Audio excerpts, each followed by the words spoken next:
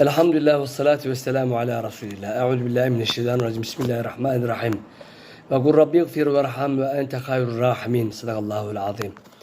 Allah'ın rahmeti, mağfireti üzerimize olsun. Kardeşlerim, okuduğum ayet-i kerimede Rabbimiz buyuruyor ki, Resulüm de ki, Rabbim günahlarımızı bağışla. Bize merhamet et. Merhamet edenlerin en hayırlısı sensin.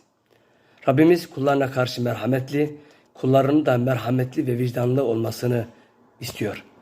Bizler insanlara karşı, hayvanlara karşı, bitkilere karşı, her şeye karşı vicdanlı ve merhametli olmamız gerekiyor.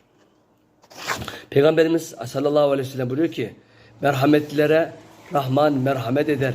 Siz yeryüzündekilerine merhamet edin ki göktekiler de sizlere merhamet etsin.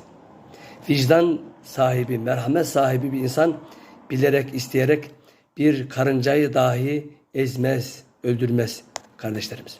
Ama görüyoruz ki insanlara karşı vicdansız ve merhametsiz olan insanlar var. Kardeşlerimizi bilerek katlediyorlar. Onları aç ve susuz bırakarak onların ölümlerine sebep oluyorlar. Yine görüyoruz ki ülkemizde bilerek, kasten orman yangını çıkaran insanlar var.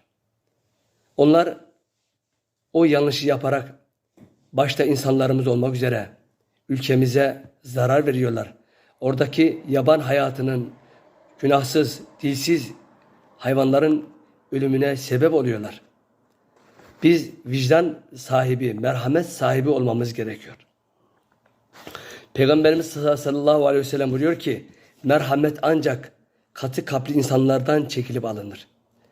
Eğer o insanlarda o hayvanlara karşı, o yaban hayatına karşı, oradaki doğaya karşı bir merhamet, bir vicdan yoksa demek ki Allah-u Teala onların kalbinden o merhameti, o vicdanı çekip almış. O insanlar yaptığı her yanlışın ahirette karşısına çıkacağını bilmesi gerekiyor. İnsan her amelini, her adımını ona göre yapması gerekiyor. Onun için Rabbim bizlere merhametli olmayı nasip eylesin. Peygamberimiz diyor ki, insanlara merhamet etmeyene Allah da merhamet etmez.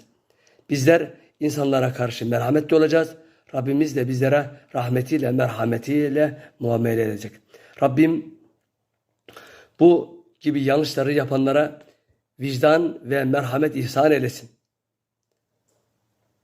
Allah-u Teala ülkemizi her türlü tehlikeden, afetlerden muhafaza eylesin.